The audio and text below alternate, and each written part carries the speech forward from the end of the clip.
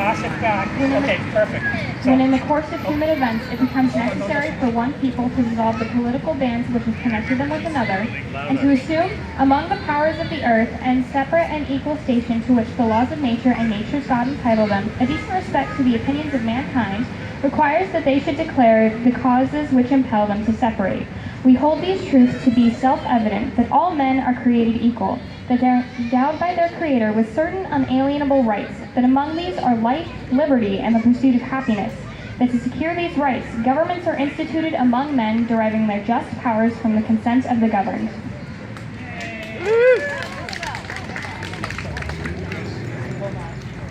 That whenever any form of government becomes destructive of these ends, it is the right of the people to alter or to abolish it, and to institute new government, laying its foundation on such principles and organizing its powers in such form as to them shall seem most likely to affect their safety and happiness.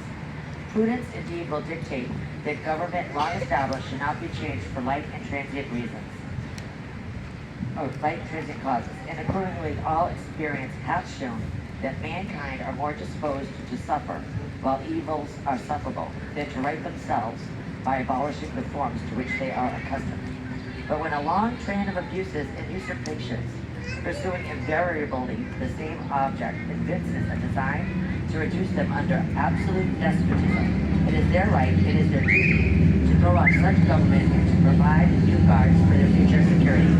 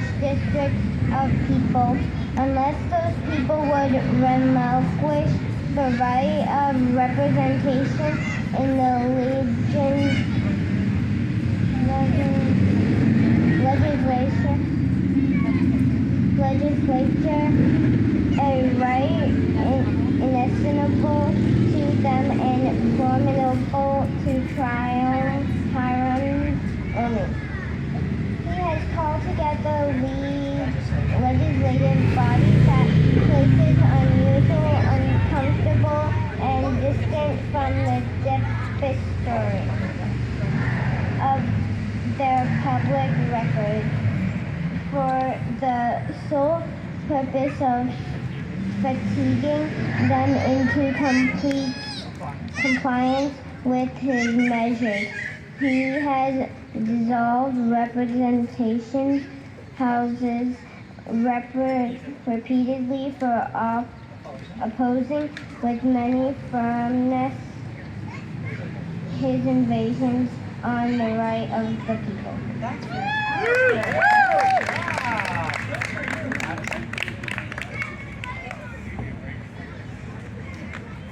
He has refused for a long time after such delusions to cause others to be elected, whereby the legislative powers and capital of annihilation have returned to the people at large for their exercise. The states remaining in the meantime exposed to all the dangers of invasion from without and convulsions within.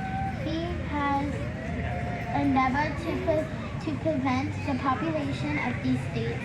For that purpose, obstructing the laws for naturalization of foreigners, refusing to pass others to encourage their migrations hither, raising the conditions of new appropriations of lands. He has obstructed the administration of justice by refusing his assent to laws for establishing judiciary powers.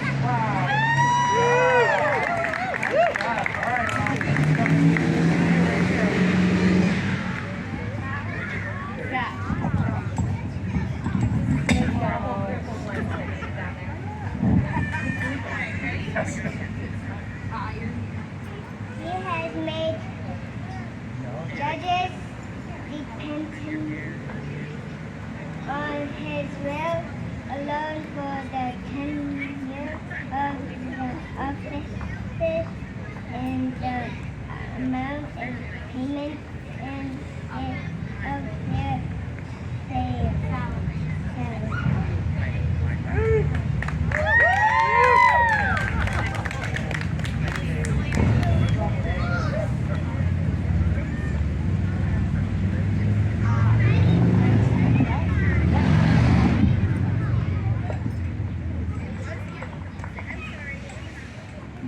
He has erected a multitude of new offices and sent hither swarms of officers to harass our people and eat out their substance.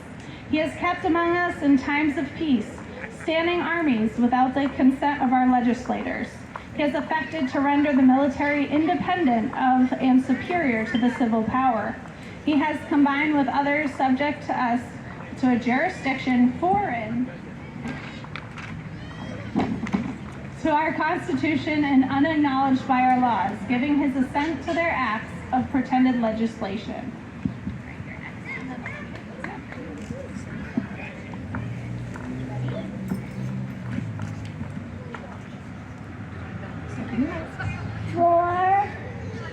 Quarter and large bodies of armed troops among us. Very good.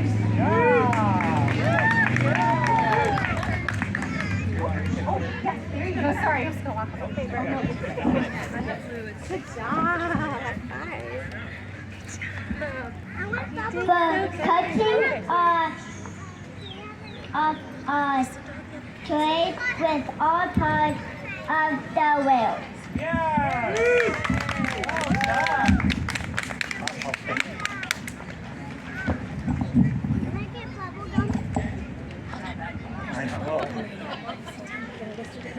For imposing taxes on us without our consent, for depriving us in many cases of the benefits of trial by jury, for transporting us beyond seas to be tried for pretend offenses, for abolishing the free system of English laws in a neighboring province, establishing therein an arbitrary government, and enlarging its boundaries so as to render it at once an example and fit instrument for introducing the same absolute rule into these colonies, for taking away our charters, abolishing our most valuable laws, and altering fundamentally the forms of our governments.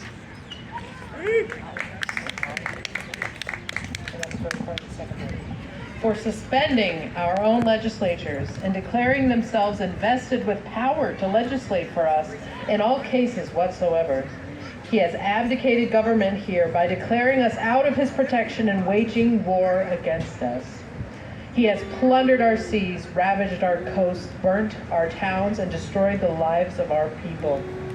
He is at this time transporting large armies of foreign mercenaries to complete the works of death, desolation, and tyranny, already begun with circumstances of cruelty and perfidy scarcely paralleled in the most barbarous ages and totally unworthy the head of a civilized nation. I feel it after you read it. That's it. He has constrained our fellow citizens taken captive of the high seas to bear arms against their country, to become the executioners of their friends and brethren, to fall themselves by their hands. He has excited domestic insurrections amongst us. He has endeavored to bring to the inhabitants of our frontiers the merciless Indian savages, whose known rule of warfare is an undistinguished destruction of all ages, sexes, and conditions. In every stage of these oppressions, we have petitioned for redress in the most humble terms. Our repeated petitions have been answered only by repeated injury. A prince whose character is thus marked by every act which may define a tyrant is unfit to be the ruler of a free people. Nor have we been wanting in attentions to our British brethren. We have warned them from time to time of attempts by their legislature to extend an unwarrantable jurisdiction over us. We have reminded them of the circumstances of our emigration and settlement here. We have appealed to their native justice and magnanimity, and we have conjured them by the ties of our common kindred to disavow these usurpations, which would inevitably interrupt our connections and correspondence. They too have been deaf to the voice of justice and consanguinity.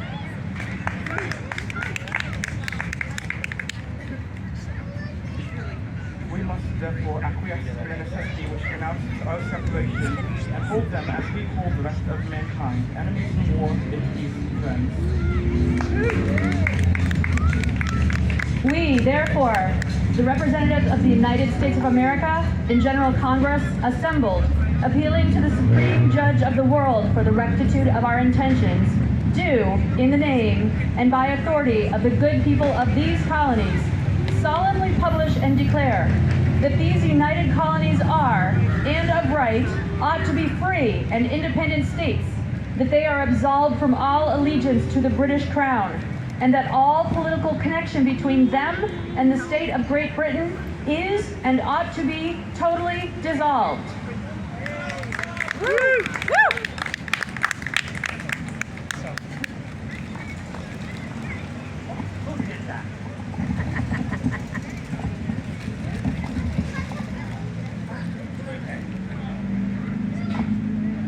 And that full as free and independent states, they have full power too.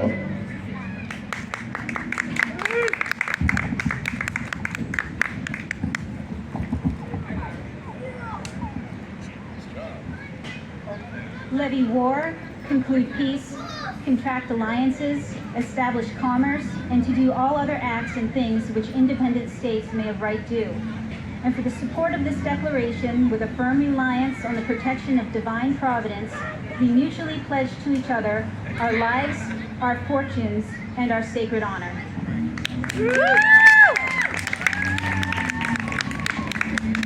I'm getting misty. Thank you so much. Ladies and gentlemen, the Declaration of Independence. Let me just say this as a civics educator, that quite often the 4th of July is barbecues, and very rarely do people get a chance to actually get the Declaration and read it on on the 4th. I've been doing it for about 25 years now. It's kind of my nerdy history nerd thing. But thank you so much for celebrating and for actually coming to the Oval, reading it on the 4th. We're trying to do this. This is our first year that we've been able to really get it up and running. Last year we just did a reading. This year we're trying to make it more of a family-orientated thing where there's games and so on like that earlier. We're trying to build it, and if it's something that you enjoyed, please keep your support. Maybe if you post any of your pictures on social media just saying that you had a great time, that would be really helpful. And we'll try to do this all again next year. Certainly there's still a lot of games if you want to play. There's water here for obviously free water and stuff. But thank you so much for coming down, and this is what makes Milford great. So thank you so much.